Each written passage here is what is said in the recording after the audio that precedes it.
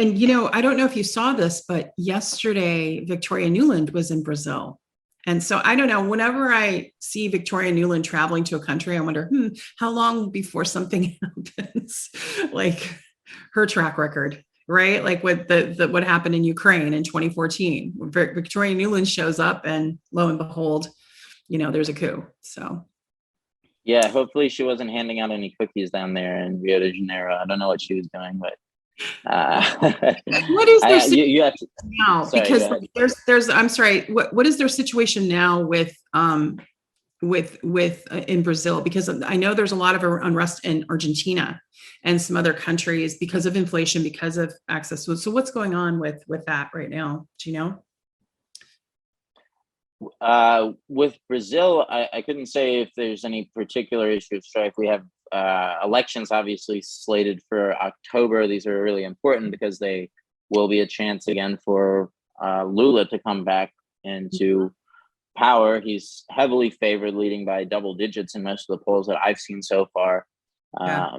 There's, an issue, and I've heard some people kind of pointing to the fact that Bolsonaro might be willing to kind of buck the international consensus in terms of maybe COVID, or in terms of, especially in terms of buying fertilizer from Russia, from refusing to sanction Russia, refusing to attack it at the UN. I don't know how far I trust Bolsonaro, though. I don't know. I've heard some kind of more supportive comments, or maybe more sympathetic comments from Glenn Greenwald on this. I'm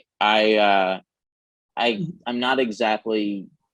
I understand, obviously, he is the subject, in the same way that Donald Trump was, of this pretty concerted sort of big tech effort to censor him and to prevent people from hearing what he has to say.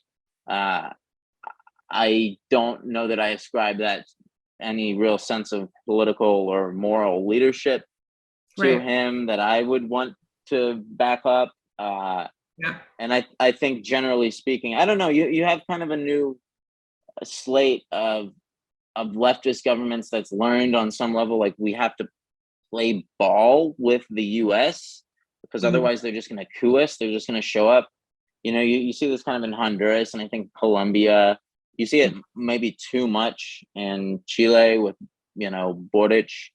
But you have kind of this recognition that, okay, we're going to have to deal with the gringos in some way. We can't throw them out. We can't just kill them all. They're there. They have, massive military bases, and we have massive economic ties with them. We can't just, take our ball and go home.